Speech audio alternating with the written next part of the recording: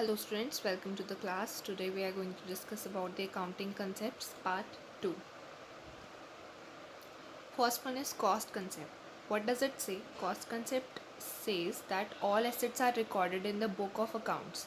हम book of accounts के अंदर जो भी एसेट्स रिकॉर्ड करते हैं they are recorded at their purchase price, यानी जिस प्राइस पे हमने उन्हें ख़रीदा है. ठीक है. इसके अंदर हम क्या क्या इंक्लूड करते हैं? जब तक एसेट क्या होती है जिससे हमें बेनिफिट मिलता है. मे बी मशीनरी हो सकती है, प्लांट हो सकता है. ठीक है. उससे क्या होता है, लॉन्ग टाइम बेनिफिट मिलता है हमें. तो जब तक एसेट रेडी टू यूज़ नहीं हो जाती, what will we do? Include all the cost. उसको एक्वायर करने की कॉस्ट, उसको ट्रांसपोर्ट कराने की कॉस्ट या इंस्टॉल करवाने की कॉस्ट, ये सब हम परचेज प्राइस के अंदर इंक्लूड करते हैं. Let's say take an example. जून 2005 को हमने शिवा एंटरप्राइज ने क्या किया, एक ओल्ड प्लांट ख़रीदा है ₹50 लाख का. और ये जो बिज़नेस है मैन्युफैक्चर करता है डिटर्जेंट पाउडर को. अब इन्होंने क्या किया, 10,000 ट्रांसपोर्ट पे लगाए हैं और 15,000 उन्होंने रिपेयर्स पे लगाए हैं और 25,000 उसको इंस्टॉल करने पे लगवाए हैं. Now the total important part is the total amount that will become 50 lakh and 50,000 because we have to include all the other costs that we have incurred till the asset is ready to use. See over here, cost के अंदर हम installation हो, transportation हो, purchase हो, इधर अगर आप अपनी एसेट को पेंट करा रहे हैं या कुछ भी करा रहे हैं, that will also be included in the cost concept. So in short cost concept क्या हो गया, जो भी हमने कॉस्ट इंकर की है एसेट के ऊपर, परचेज प्राइस पे लेंगे उसको और उसके अंदर सारी कॉस्ट ऐड करेंगे फॉर द फर्स्ट टाइम जब हम उसे ख़रीद रहे हैं. ये कंसेप्ट सिर्फ और सिर्फ फर्स्ट टाइम के लिए है. इसकी लिमिटेशंस देखिए. The concept of cost is historical in nature as it records the cost incurred in the past. यानी इसके अंदर हम सिर्फ वही कॉस्ट लेते हैं जो हमें कौन सी पास्ट में हमने इंकर की है. ठीक है. यानी जब हमने एसेट को ख़रीदा था. इससे क्या होता है कि हम ट्रू वर्थ नहीं देख पाते बिजनेस की, which can lead to the hidden profits. Right. How? Let's take an example. आपकी लैंड थी 1 लाख रुपीज़ की, आपने परचेज़ की थी 2005 में या 10 में. तो अभी उसकी जो वैल्यू है, इफ़ सपोज 2 लैक्स है. ठीक है. लेकिन आप अभी भी आपको किसी कॉस्ट पे दिखाना 1 लाख पे, क्योंकि आपने उसे परचेज़ कितने पे किया था, 1 लाख पे. राइट. तो अब उसकी वैल्यू लेकिन 2 लैक्स हो चुकी है. राइट.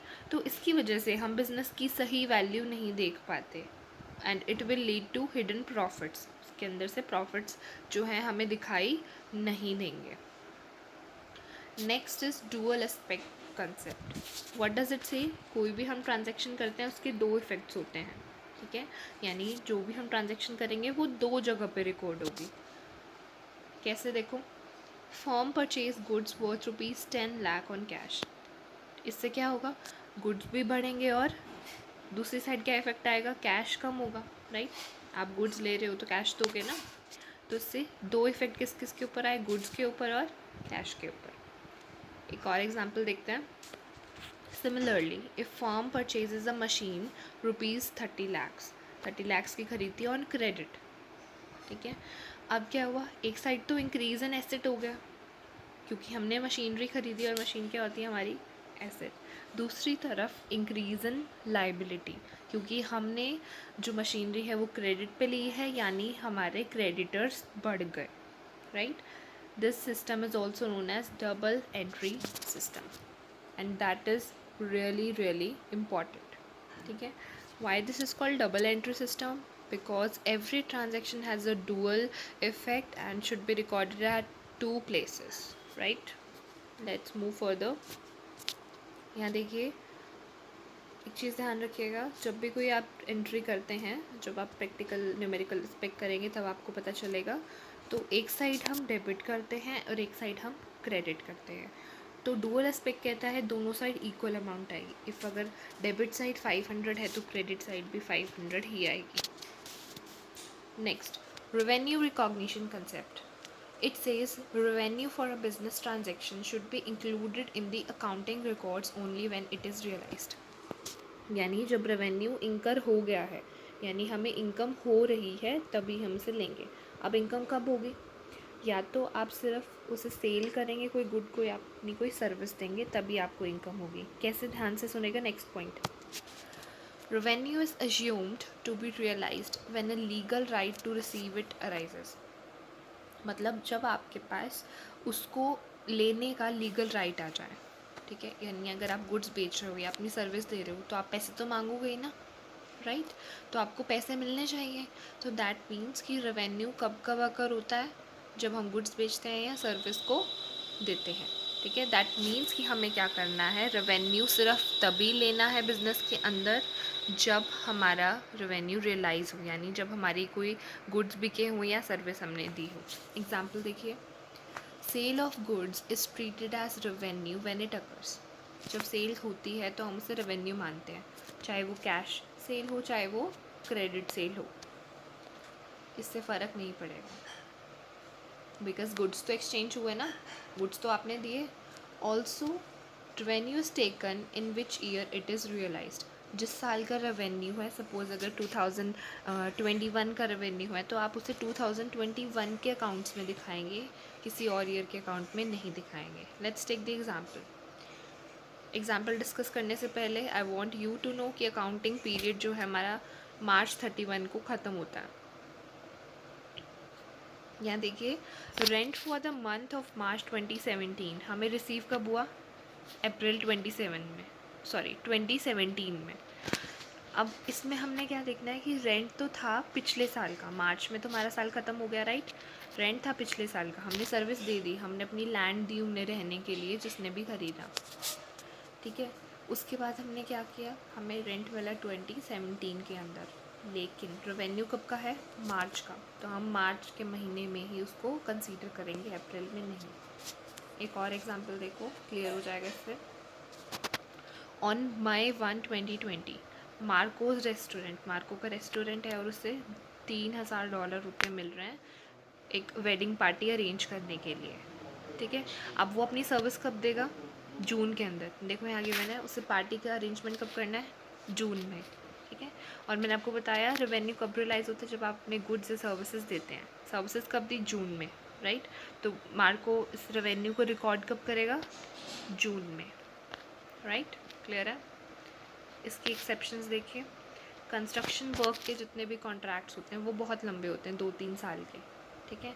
तो इनके ऊपर ये कंसेप्ट अप्लाई नहीं होता, बिकॉज इनको क्या होता है, अमाउंट थोड़ी थोड़ी करके मिलती रहती है साथ साथ, राइट। तो इनके ऊपर ये कंसेप्ट लागू नहीं होता। Next is matching concept. ये कहता है कि जितने भी हमारे एक साल के एक्सपेंसेस हुए, हमने खर्चा किया, वो हमारे रेवेन्यू से मैच करना चाहिए। Revenue and expenses incurred to earn these revenues must belong to the same accounting period। मतलब हमने रेवेन्यू या एक्सपेंसेस हमने खर्चा किया है, वो एक उसी साल का होना चाहिए। सपोज़ अगर हम 2021 के अकाउंट्स बना रहे हैं तो हम सिर्फ 2021 के ही रेवेन्यू लेंगे और एक्सपेंसेस लेंगे। Thus we can say matching concept implies that all revenues earned during an accounting year, whether received during that year or not, चाहे उस साल मिला हो चाहे अगले साल मिले या एडवांस में मिल गया हो, लेकिन हम दिखाएंगे उसी साल के अकाउंटिंग ईयर में, right. Next is all cost incurred whether paid during the year और नॉट, चाहे उस साल आपने पे की हो या ना की हो, दिखाएंगे उसी साल के अकाउंट्स के अंदर, ठीक है। और किसी और साल के अकाउंट्स के अंदर हम नहीं दिखाएंगे। यहाँ देखो, रेवेन्यू और एसोसिएटेड जितने भी एक्सपेंसेस हैं उसके साथ के एक अकाउंटिंग ईयर में दिखाते हैं। Next and last is principle of full disclosure.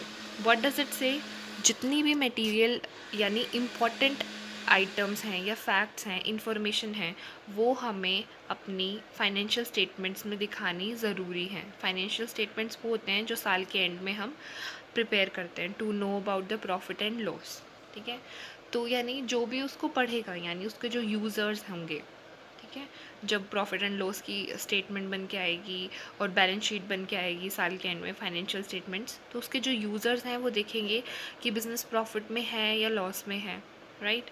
और उसी के अकॉर्डिंग वेरियस स्टेप्स या डिसीजंस वो लेंगे।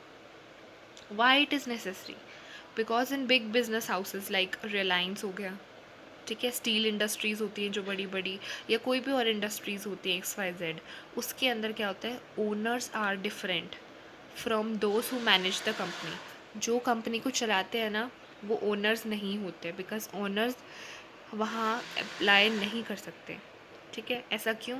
क्योंकि ओनर्स होते हैं शेयर होल्डर्स, और वो बहुत ज़्यादा वास्ट नंबर में होते हैं, मे बी लैक्स 2 लैक्स कितने भी हो सकते हैं, राइट। तो इतने जने मिलके कंपनी को नहीं चला सकते, इसलिए डायरेक्टर्स और मैनेजर्स चलाते हैं। दैट्स वाई मैनेजर्स और डायरेक्टर सोचेंगे हमारा फ़ायदा हो, ठीक है, ओनर्स का चाहे नुकसान होता रहे। इसीलिए मैनेजर्स या डायरेक्टर्स जो भी अकाउंट्स बना रहे हैं, उन्हें सारे इंपॉर्टेंट इन्फॉर्मेशन दिखाना ज़रूरी है। Nothing should be hidden from the owners and all the users of accounting information. And that was all for today. Thank you.